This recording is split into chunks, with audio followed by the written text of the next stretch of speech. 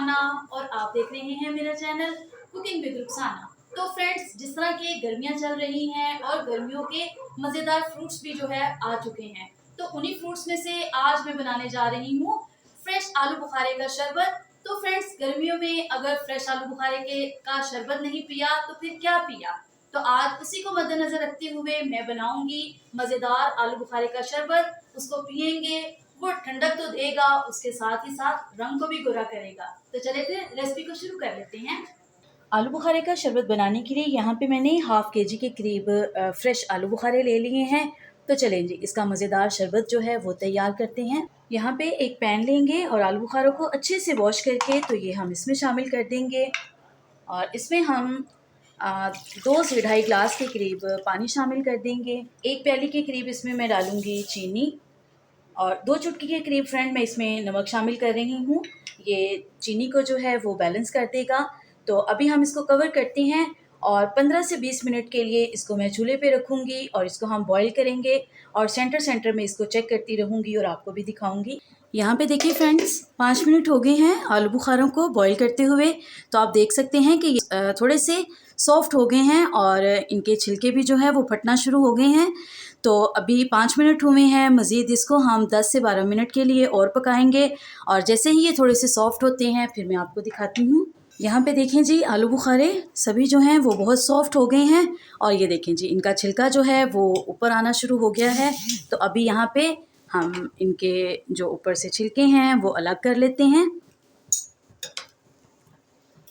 तो ये देखें, इसको किसी भी चीज़ के साथ इस तरह से आप प्रेस करेंगे तो ये देखें कैसे अच्छे सॉफ्ट हो गए हैं और बहुत अच्छे तरीके से ये मिक्स होना शुरू हो गए हैं। अभी मैं इसको सिर्फ 1 मिनट के लिए इस तरह से इसमें पकाऊंगी। तो फ्रेंड्स, उसके बाद मैं चूल्हा बंद कर दूंगी और इसको हम ठंडा कर लेते हैं, रूम टेम्परेचर पर ले आएंगे और उसके बाद इसके जो सीड्स हैं वो हम अलग कर लेंगे। इसको अच्छे से स्टेन कर लेती हूँ।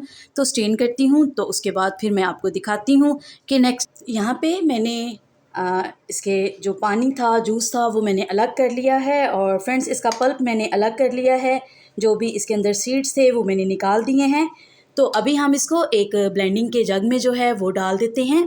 तो यहाँ पे जो आलू बुखारे का पानी है वो इसमें शामिल कर रही हूँ और जो पल्प हमने निकाला है वो इसमें हम डाल देंगे।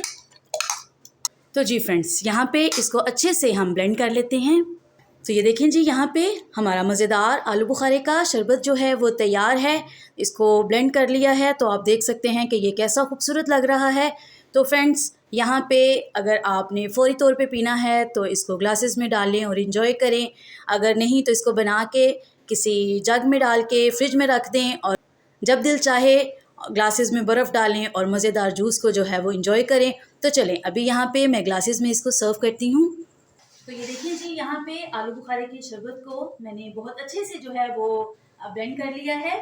तो अभी हम इसको एक जग में डाल देते हैं और इसमें मैं शामिल कर रही हूँ 1 टेबलस्पून के करीब लेमन जूस और हाफ टी स्पून के करीब इसमें हम शामिल कर देंगे काला नमक और अभी इसको मिक्स करते हैं। तो ये देखें जी, हमारा मज़ेदार आलू बुखारे का शरबत तैयार है। तभी हम इनको ग्लासेस में डाल देते हैं। सबसे पहले हम शामिल करेंगे ग्लासेस में बर्फ़। तो जितना ज़्यादा ठंडा आप पसंद करते हैं उतनी बर्फ़ इसमें शामिल कर लीजिएगा। अब बारी है मज़ेदार ठंडे ठंडे शरबत की।